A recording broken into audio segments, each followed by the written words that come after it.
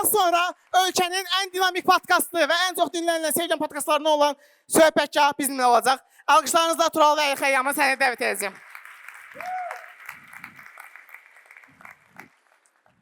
Salamlar. Əlinin mikrofonu düzənənə qədər mən biraz çox danışım. Səs. Salam. Nə danışacağımızla bağlı Fikrimiz var. Fikrim də yoxdur. Mən bilmək istəyirəm ki, burada maksimum yaşı 35 olan neçə nəfər adam var? 35, maksimum 35 olan. Az. Deməli, çoxsu 35-dən aşağı. Azərbaycan təhsil sistemində maksimum 35 yaşı başa düşmək biraz qəlb. 35 yaşdan aşağı kim var? Gördün? Mən sualı qəribə verdim deyəsən. Cənab Nazir. Və biz indi Əli ilə müzakirə edəndə ki, söhbətgahda, münasibətdə mövzumuz nə olsun? Adətən bizim mövzularımız filan şey nədir üzərindən gedir. Bunlardan biri də məsəl üçün gənclik nədir? Bizim dövrün adamları, mənim həmyaşıdlarım, siz yaşlı olanda xatirə dəftərində gəncliyi metro stansiyası olaraq yazırdılar. Ümid edirəm ki, sizdə belə deyil. Başa düşürəm ki, deyəsən elədir. Bu biraz adamı kədərləndirir. Çünki indi mən 44 yaşımda, Əli də 36 yaşında müəyyən şeyləri bəlkə də ötürdüyümüzü deyirik. Ölüm yaşı ilə əlaqəli deyil, gənclik yaşı nədir? Məsələn, axırıncı verilən hesabatda Azərbaycan ən qısa ömürlü Avropa ölkələrinin ölkəsidir. Bəli. Yəni mən əgər daha tez ölürəmsə, gəncliyim də daha tez bitir də. Məsələn, bizim Koreyadan bir qonağımız var idi. Deyirdi ki, biz 35 yaşında nəyə qərar verəcəyimizə, nə olacağımıza qərar veririk. Amma biz 35 yaşında artıq 2 uşaq sahibi oluruq və evdə otururuq. Yəni bizim işimiz adətən belə olur. Çünki bizi məktəbi bitirdiyimiz an tələsdirirlər. Bəlkə də mən bizim nəslin, yəni 80-ci illər doğumlu olan şəxslərin gəncliyinin itirildiyi bir şəxslər sayıram. Yəni mən də öz gəncliyimi itirmişəm və mənim həmyaşıdlarım da öz gəncliyini itiriblər. Çünki uşaqlığımız müharibə dövrünə düşüb. Söhbət 1-ci Qarabağ müharibəsindən gedir. Yeniyetməliyimizdə bu quruculuq işi başlayanda söhbət gedir 97, 98, 99 müharibə təzə bitib, hamının evində internet yoxdur və bizi kimsə olmağa tələsdiriblər. Yəni sən seçim etmə şansın yoxdur. Bitirirsən universiteti və get imtahanı ver, 15 ixtisasdan birini yaz, əvvəldən sona qədər ən pis halda 15-ciyə düş, pullu da olar. Təki sənin hərbi xidmətin 1 il 6 aydan 1 ilə düşsün. Hərbi xidmətdən gəl, nəfəs almağa imkan vermirlər. Öz misalımda deyə bilərəm. Hərbi xidmətdən qayıdandan bir həftə sonra mənə verilmiş evdə sual budur ki, nə vaxt işləyirsən? Yəni, ondan sonra sən iş axtarmağa çalışırsan, işləyəndən sonra isə təbii ki, nə vaxt tərpənirsən sualı verir. Tərpənəndən sonra nə vaxt olacaq sualı verir. Olandan sonra ki, bu uşaq nə vaxt məktəbə gedəcək, hələ 6 aylıqdır. Və belə-belə bizi tələsdirirlər və biz o gənclik dövrünü itiririk və bizim belə bir tədbir və ya hər hansı bir mədəni yerdə iştirak etmək üçün zamanımız belə qalmır. Oxuyan uşaq olmusan? 600 bal, sən cavabı da göstər. 600 baldan çox bal yığan var. Uydu. Motiv nə idi? Kimsə danışmaq istəyər, mikrofon verək. Sual verək. Yəni, öz 600 balını yığmaqdan... Neçə bal yığmısınız? Niyə? Hara qəbul olmuşsunuz? Niyə? Yəni, robotexnikada eləyə bilərdiniz də, ikisi də yoxdur. Hə.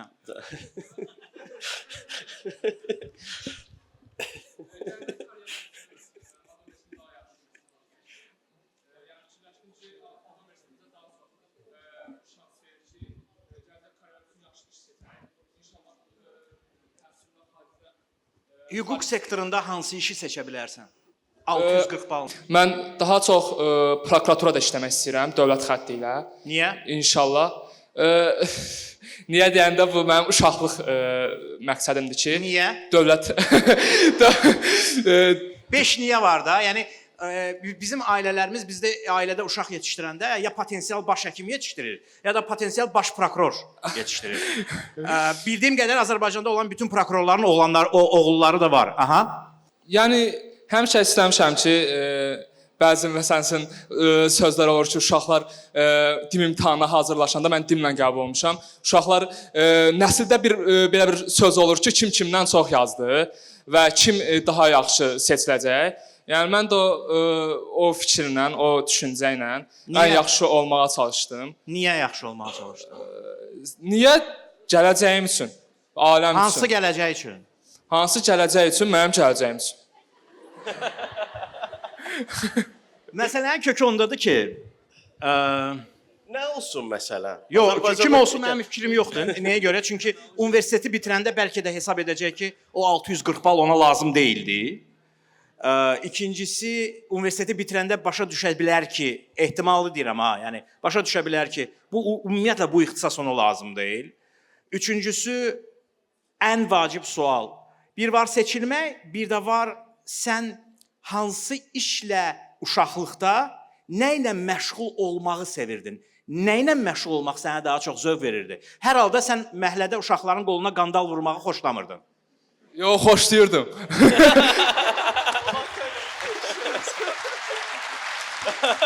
Yaxşı ki, hüquq oxuyursan, qanun. Yəni ən çox sevdiyin şey bəlkə də sənin o Uşaqlarla belə məhəllədə ən çox velosiped falan sürürdük və söhbətimizin də əsas teması bir-birimizi qolayıb tutmaq, polis kimi. Yəni uşaqlıqdan o işdə həvəsim olub yəni. Uşaqlıq arzusunu yaşayırdın.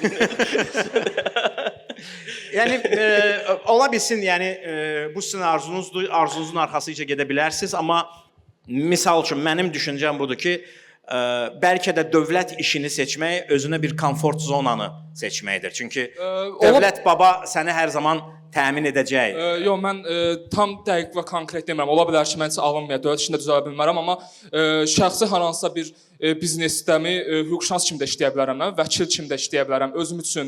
Amma ən çox dövlət xətti ilə istəyirəm işə düzəlim. Amma olmasa da bunu seçməkdə ailəvin təsiri nə qədər olub? Bunu seçməkdə ailəmin təsiri olmayıb, öz fikrim olub. Uşaqlıqdan istəmişəm ki, dövlət işində işləyim. O bizə elə gəlir. O bizə elə gəlir. Çox sağ ol. Minnətdaram, alqışlayaq. Siz sağ olun.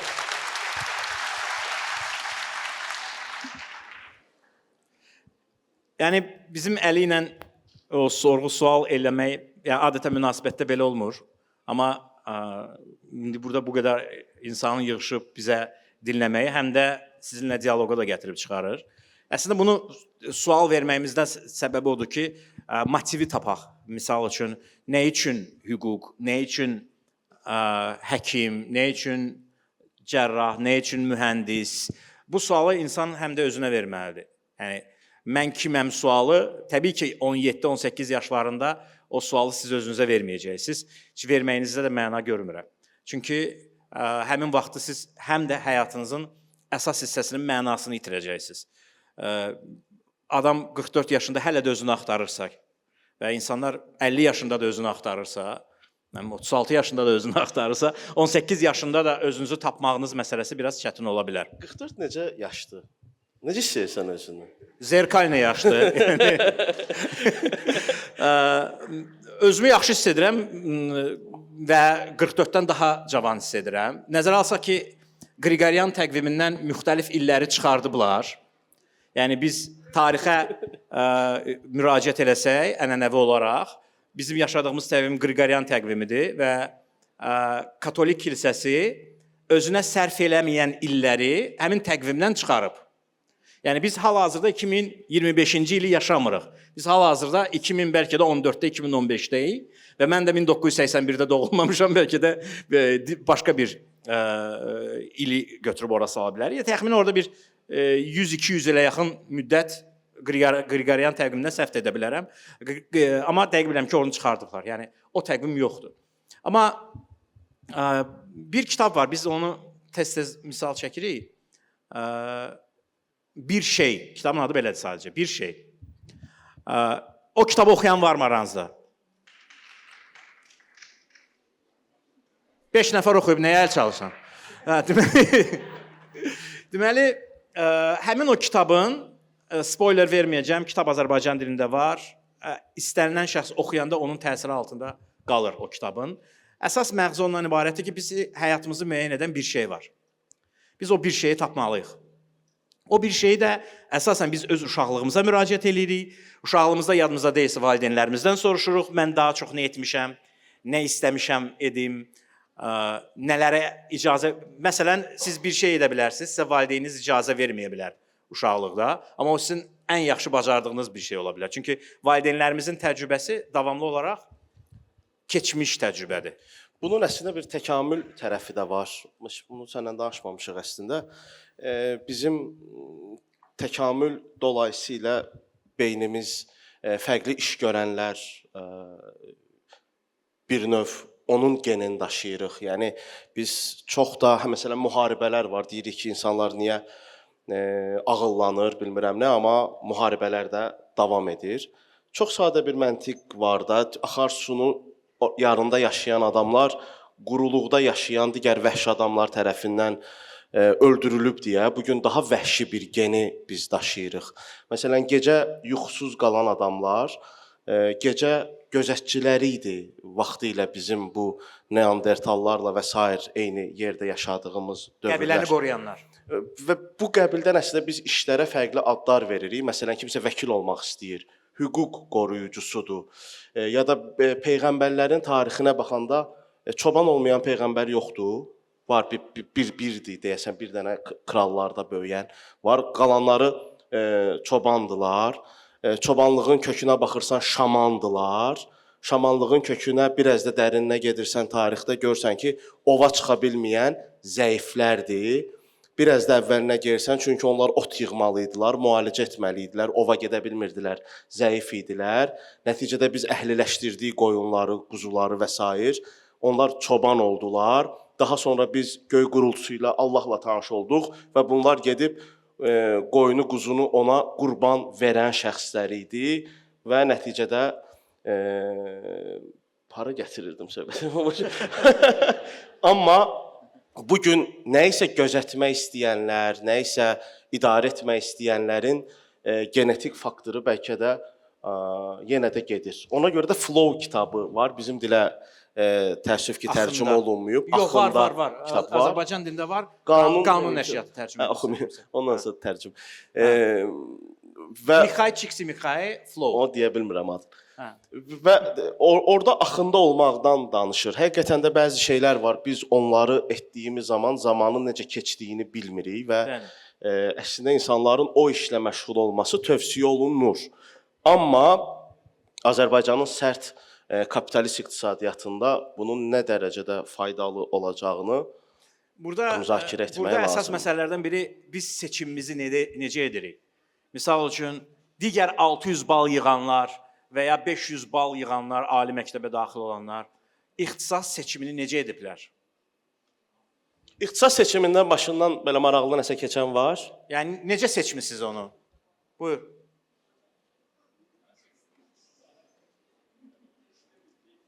Biraz ucadan danış ki, xalq səsinizi eşitsin. Hansı sahə? Riyaziyyat üzrə. Necə seçdiniz? Əvvəla genişli sahəsi. Yəni gələcəkdə başqa işlərlə məşğul olmaq olur. Yəni bu yaşda deyə bilmirəm ki, məsələn, mən əvvəl IT-yə marağım çox idi.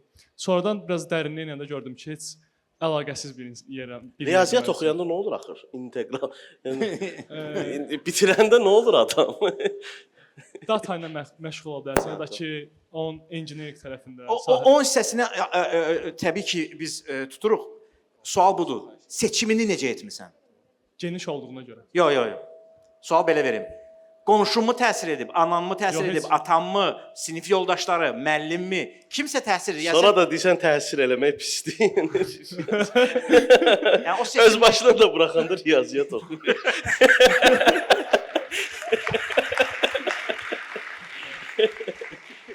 Dəstək lazımdır. seçim necə olub? Özüm Yəni necə sadəcə dedin ki, mən gəlirəm riyaziyyata. tapdı da, yəni dedim belə olmalıdır da. Qəribə seçimlərimiz var. Ona görə. Təşəkkür edirəm. Danışa bilən var aranızda. Məsələn, o xanıma oturun, arxadakı xanıma oturun. Məsələn, o seçimini necə edib? Mən 602 balla Bakı Dövlət Universitetinə girmişəm, amma mən Hansı fakültə? Şərqşünaslıq, tərcüməçi. Aha. Amma belə bir məsələ var idi ki, mən daxil olduğum il, belə deyim, mənim girdiyim fakültə balı çox aşağı idi. 400 neçə bal idi və mən orada girib belə deyim, mən öz potensialımı daha yaxşı istifadə edə bilərdim. Amma papamın arzusu idi ki, mən ərəb dili tərcüməçi olum. Yəni siz atanızın arzusunu yaşayırsınız. yaşamaq istəmirdim əslində. Çünki Amma yaşayırsınız. Bəli, amma fikirləşdim ki, əvvəl-axır bu döngü qırılacaq da. Yəni ya bu mənim yaşlığa doğru evləcək ya da yox. Yəni belə baxanda mənim girdiyim fakültənin balı o qədər yəni aşağı idi ki, biraz mənə belə necə deyim, obidli gəlirdi ki, yəni mən niyə 300 ballı oxuyanlardan biri də oxumalıyam, belə pis çıxsa da. Amma sonra gördüm ki, necə də yəni yanlış bir fikirdir və əksinə bu dəqiqə ki, düzdür, sonra ixtisasımı dəyişdim. Yəni oxuya-oxuya başladım, yəni marketinq öyrənməyə ki, yəni oxuya bilmərəm də, mən işləyə bilmərəm. Çünki belə baxanda o vaxtda perspektiv çox idi ki, ərəb dili, bu dəqiqə ərəblər gəlir, turizm inkişaf eləyir. Mənə yəni xoş deyildi də orada oxumaq. Yəni özümü çox belə pis hiss edirdim. Hansı ki, bunun qabağında mənə çox böyük vədlər də verildi ki, yəni məsələn hamımıza deyilən universitetə girsənə bunu alacağıq, onu alacağıq, edəcəyik. Yenə də düz biraz o bir mən şenliklərdə. Aldılar. Yəni. Amma yenə də yəni məsələn mənə çox pis təsir edirdi ki, niyə mən özümdən aşağı bal yığmalıyam. Məsələn mən gedib daha yaxşı yerdə oxuya bilərdim bəlkə də. Amma indi baxıram ki, oxuduğum ixtisas tərcüməçilik ingilis dilində oxumuşam. Özüm də rus sektoru olmuşam. Yəni biraz çox qarışıqlıq oldu da. Yəni mən istəmirdim onu. Aydındır. Deməli, məsələ ondan ibarətdir. Çox sağ olun, təşəkkür edirəm, alqışlayaq. Məsələn, əslində bir bal arxasıca qaçmaq var idi. Mən universitetə daxil olanda birinci il imtahan verəndə mən birinci il kəsilmişəm. Və Doğrudan deyirsən, ha? mən birinci kəs, mən ikinci il. Neçə bal toplamışdın? Kəsildiyim il 395 toplamışdım. Deməli şeyi danışım. Hamı Yoldaşım Nigar Nigar 350-360 bal toplayıb. Zəng eləyib nənəsinə qorxub deməyə ki 350, 100 qoyub üstünə deyib 450. Nənə də bütün qohumlara 100 qoyub üstünə deyib. Deyib 550 ilə. Mən birinci il kəsilmişəm və həyatda yaşadığım ən böyük travmanı həmin vaxtı yaşamışam. Həmin vaxtı televiziya ekranlarında, indi də eləyirlər bunu. Falan kəndin tələbələri 600 yığdılar, Beşman uşaq 600 yığdı, Suraxanın ən çox bal yığan tələbəsi falan kəsdi, 600 yığdı. Bu sadəcə bir rəqəmdir. Və bu rəqəmin arxasında sadəcə həmin adamın 1 il ərzində, 2 il ərzində çəkdiyi zəhmət durur. Və bu müqayisə edilməyə gətirdiyinə görə digər uşaqlara da əziyyət verir və bu mənə həqiqətən əziyyət verirdi, çünki bu başıva qaxanc olunur da, başqası getdi elədi. Çünki bizim valideynlərimiz nə edirlər? Başqalarının valideynlərlə yenə də yarışırlar. Təbii ki, bu onların bizi çox istəməməsi anlamına gəlmir. Sadəcə fəxr etmək, yəni əlin çörəyə çatsın, necə deyərlər, dövlət işində işlə. Mənim də valideynlərim arzu edirlər ki, mən də hüquq oxuyum. Çünki mənim əmim də hüquq oxuyurdu. Və ya bir əmim şərqşünaslığı bitirib, bax gör, şərqşünaslıq da yaz, falan əmin indi falan yerdə işləyir, bəlkə sən də şərqşünaslıqdan sonra ora gedəsən. İkinci il daxil olmuşam, amma o rəqəmin arxasıca qaçmaq bizə çox şeyi yəni biz çox şeyi itirmişəm orada. O bir ildə mən sadəcə gecə-gündüz 28 metronun 28 may stansiyası ilə Övsan arasında təpik döymüşəm. Gecə-gündüzüm olmayıb, səhər tezdən durmuşam, dərs oxumuşam. Bunu əzbərləməyə çalışmışam və ondan ləzzət almamışam. Çünki mənim istəyim İncəsənət Universiteti idi və mən öz dostumu İncəsənət Universitetinin qabiliyyət imtahanına hazırlamışdım və mənim dostum gəlib girmişdi. Məndən bir ildə. Mən kəsilmişdim 395 balla. O 200 neçə balla gəlib İncəsənətin aktyorluğunu oxumuşdu. İncəsən, malyar işləyirdi. Amma ikinci dəfə fakültələri yazanda daha çox bal yığmışdım, amma 15-ci yazdığım İncəsənət Universitetində belə bir fakültə var idi, ssenari işi.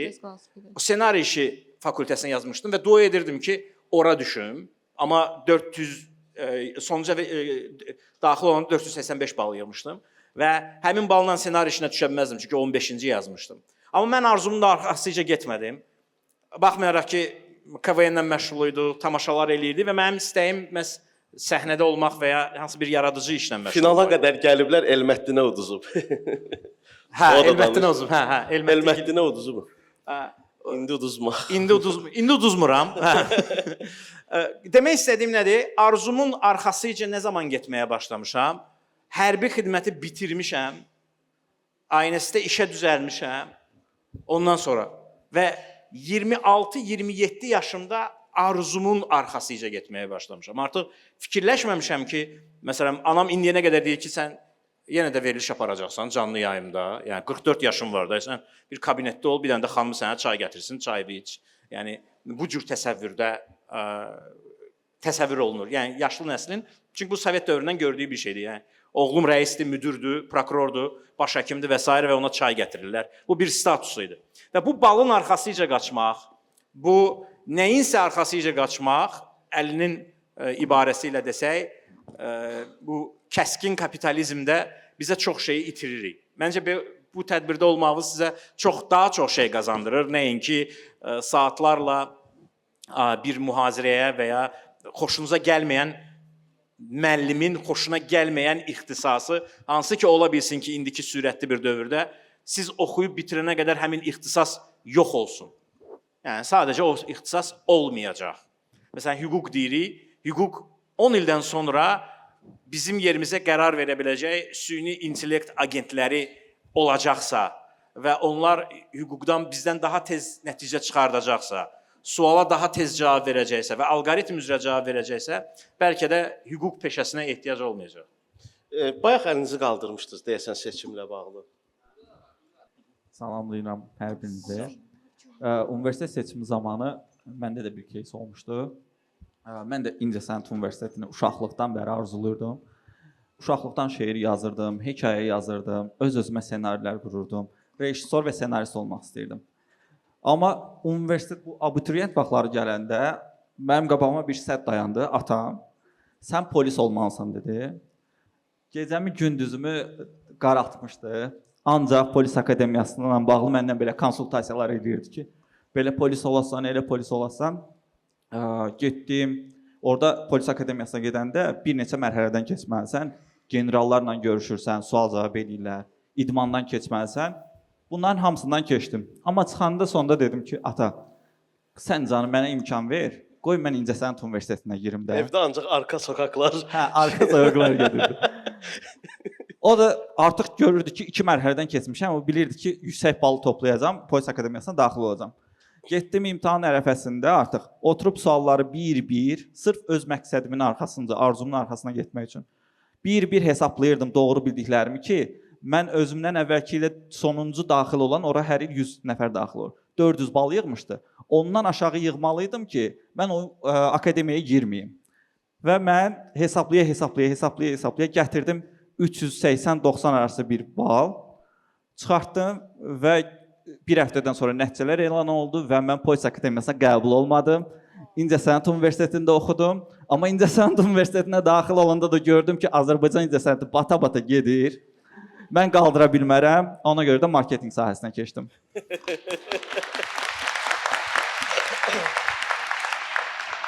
Bütün hekayələrdə bir valideyn var əslində. Əslində keçən dəfə bir şey oxuyurdum.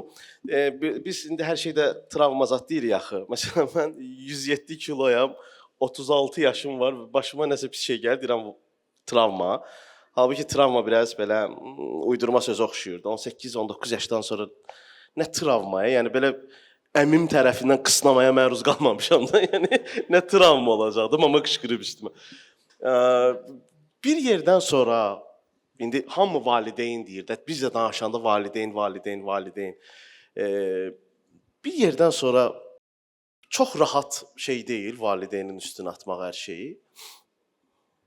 Valideyn də elədi də, yəni onlar elədi. Yeniyetməli yaşında İcazə verməzdin eləsin. Yox, yeniyetməli yaşında sənin elə bir komfortun yoxdur ki, icazə verməzdin olsun. Yaş hər şeydə olar mı günahkardır? Yox, hər şeydə onlar günahkar deyil.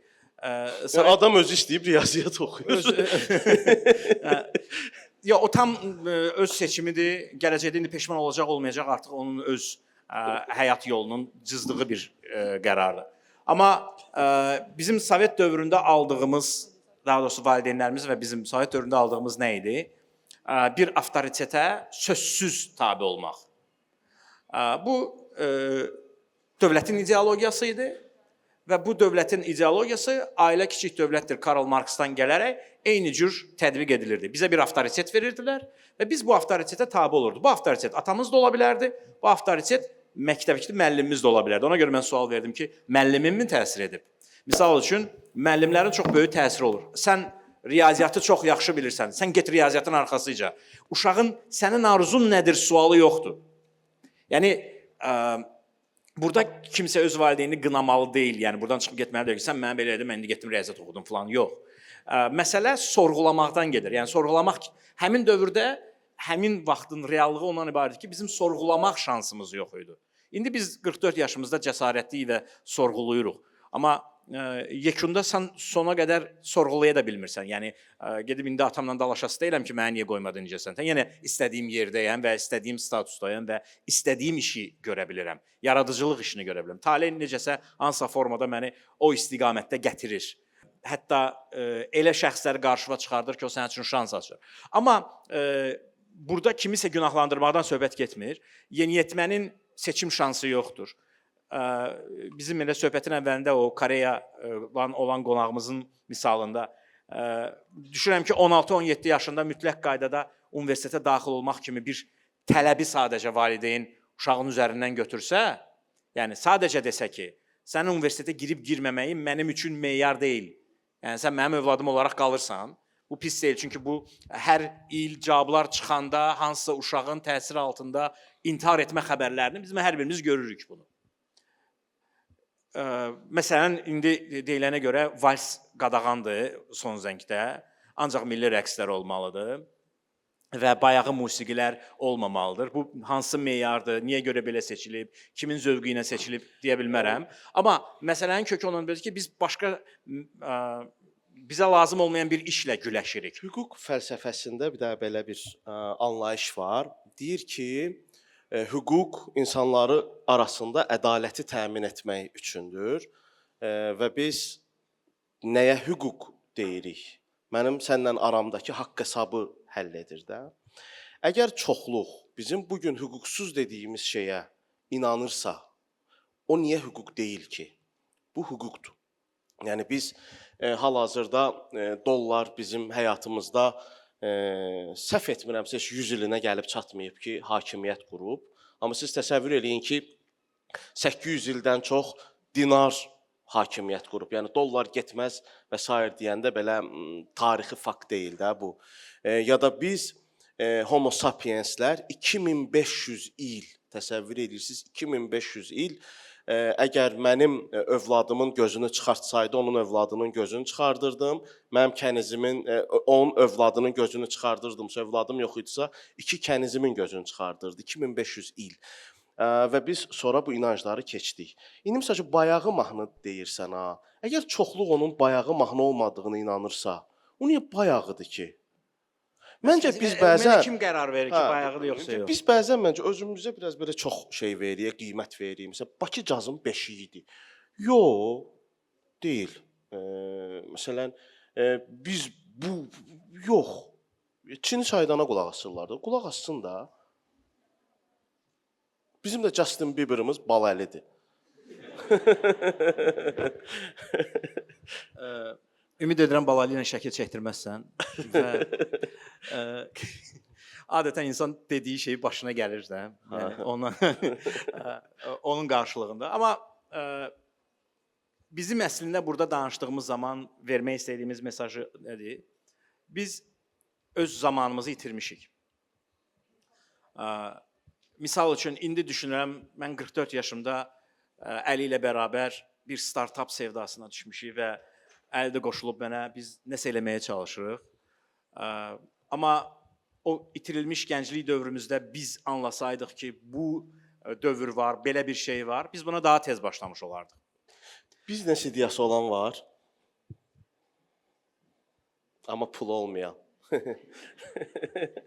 Pulu olan amma biznes ideyası Maraqlı olmayan. olanda nə olar? Belə mikrofon verə bilərsiniz.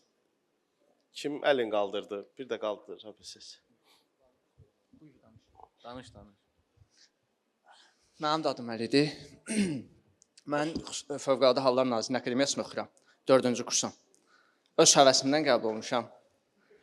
Həqiqətən deyirəm də, yəni təsəvvür edin ki, Kim demişdi ora qəbul ol? Özün istəmişdin. bəli, yeganə bəlkə də uşağam ki, Həyatında fövqəlinə baş verib ki. yaşamışam.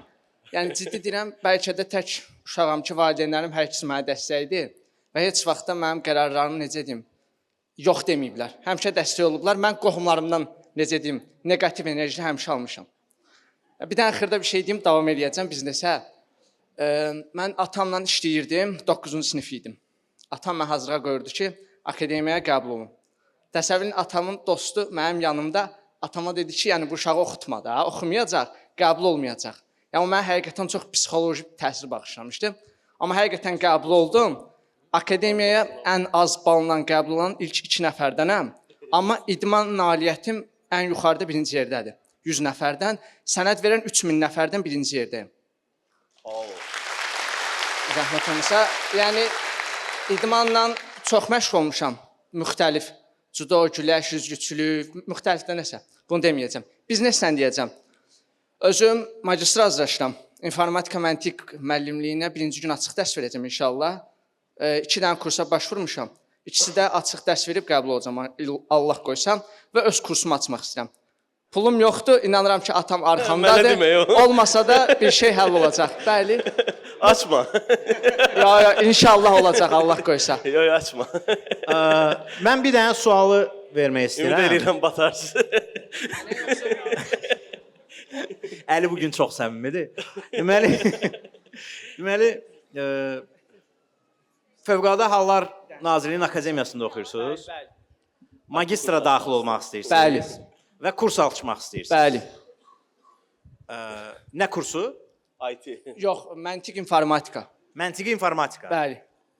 Mən bunu sizin oxuduğunuz ixtisasla əlaqələndirmək istəyirəm. Necə? Əlaqələndirə bilərsiniz, məsələndirəm. Bizi Fövqəladə Hallar Nazirliyi, amma magistr var, doktoranturası var. Bildimi? Bəli. Yəni sən Fövqəladə Hallar Nazirliyinin Akademiyasını bitirəndə kim olacaqsan? Zabit olacam. Amma zabit... Amma kursu olan zabit olacaqsan. Bəli. Onun nə adiyyatı var axı? Yeri gələndə bizdə o qədər zabitlər var ki, çox iş görür. Məsələn deyirəm, burada mülkşəb dəqiqə baxsaz, hansı ehtiyatlı olan zabitdir? Onun nə əlaqəsi var? Sadəcə bu mənim biznes istəyimdir. Nəysə, Mən 3000 xilas nəfərdən birinci olub. Yox, Mən dəstəkləyirəm. mən demək istədim, təşəkkür edirəm. Çox sağ olun. Siz də sağ olun. Baxın, biznes bir təcrübədir. Burada biznesdə olanlar və biznes quranlar və biznesini batıran şəxslər də var. Spikerlik ediblər və ya edəcəklər sizin üçün. Məsələ o deyil. Biznes zaman aparır. Mənim demək istədiyim ki, əgər siz bir bizneslə məşğul olursunuzsa, sizin magistraturanız, sizin zabit kimi fəaliyyətiniz, sizi göndərirlər Akstafaya, yanğın söndürmə idarəsinin rəisi kimi, sizin kursunuz Bakıdadır, siz onu idarə etməlisiniz. Bizə kənardan hər şey Elon Musk'ın milyardları və Əlinin milyonları kimi görünə bilər. Amma Əli o milyonu qazanmaq üçün nə edib, hansı zəhməti çəkib, arxasında nə durur? Biz yalnız rəqəm olaraq nəticələri görürük.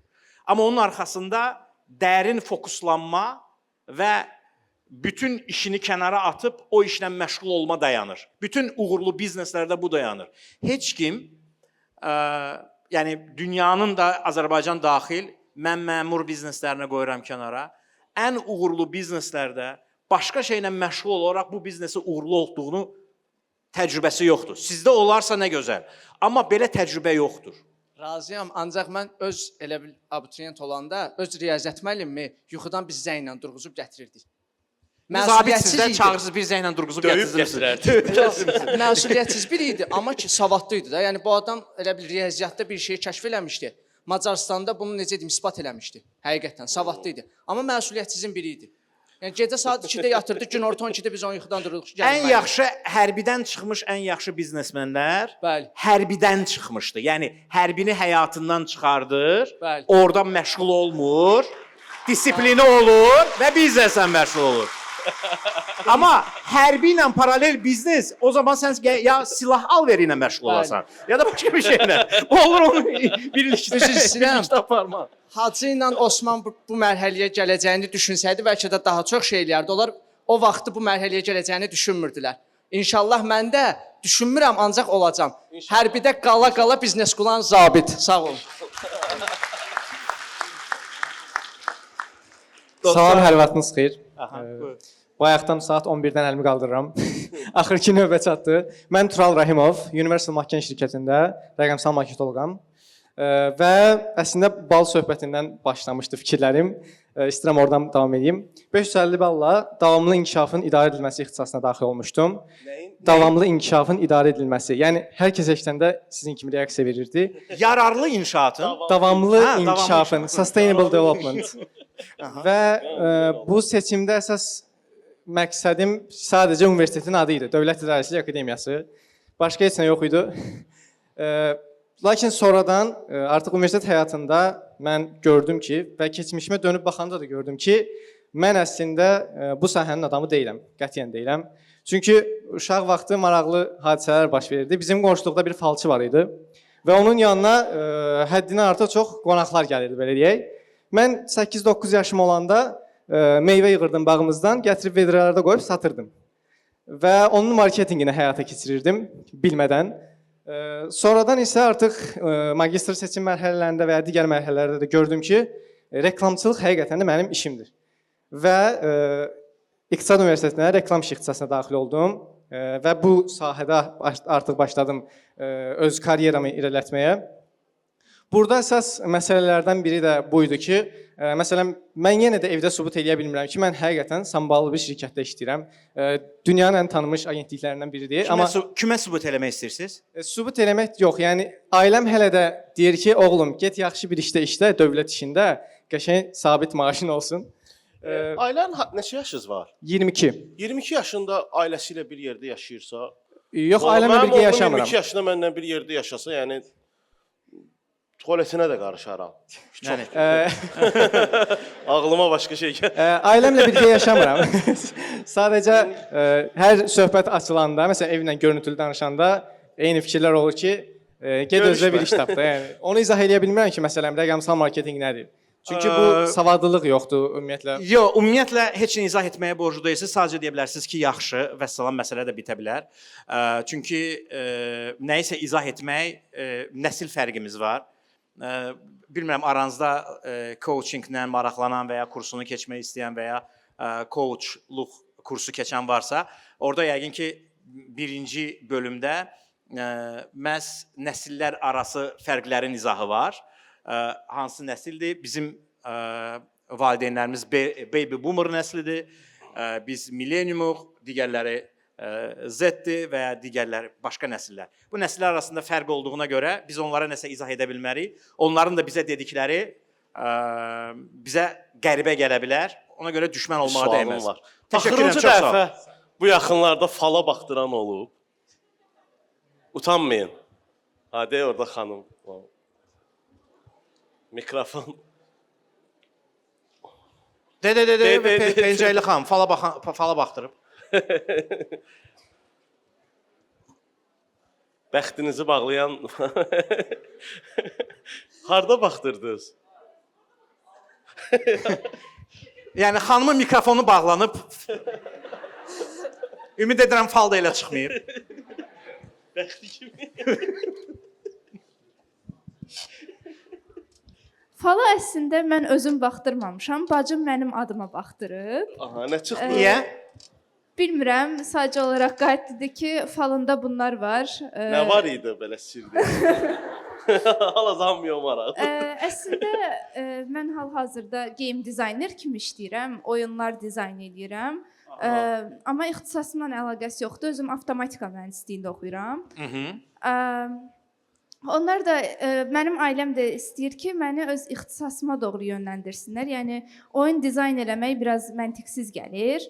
Ona görə də belə bir planlaşdırıblar ki, demə heç falıma da baxmayıblar. Sadəcə olaraq mənim mindsetimi dəyişmək üçün özləri fal kimi yazıblar sözləri bir-bir ki, sən öz yolunu dəyişməlisən və s. Valideynlərə məncə bir alqış.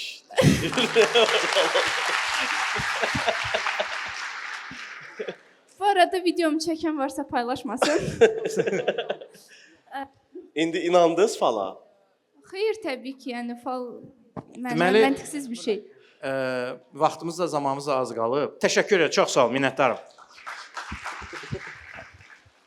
Məsələ, yəni qısa rezümə etsək, zaman itkisi ilə bağlıdır. Bizim valideynlərimiz istəmirlər ki, biz o zamanı itirək və tez bir zamanda bizi harasa pərçimləmək istəyirlər.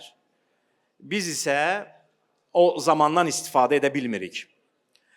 Bizim davamlı olaraq söhbətgahda Əli ilə bərabər danışdığımız bir şeydir ki, zaman qıtdı.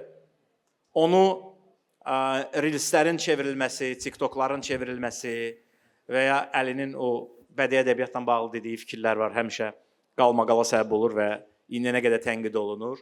Müəyyən bir şeylərdə zamanımız çox azdır.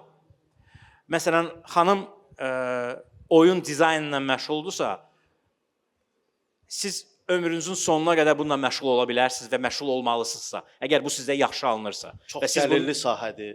Və bu o dəqiqə kapitalizm girir içəri və deyir ki, puldan danışır. Faldan yaxşı. Fal daha gəlirlidir, amma əgər siz bundan zövq alırsınızsa və siz burada flowdasınızsa, axındasınızsa, onunla məşğul olmalısınız. Uzun sözün qısası, bizə verilmiş məsləhət, məsəl üçün, Turalın verdiyi məsləhət, Turalın öz təcrübəsidir.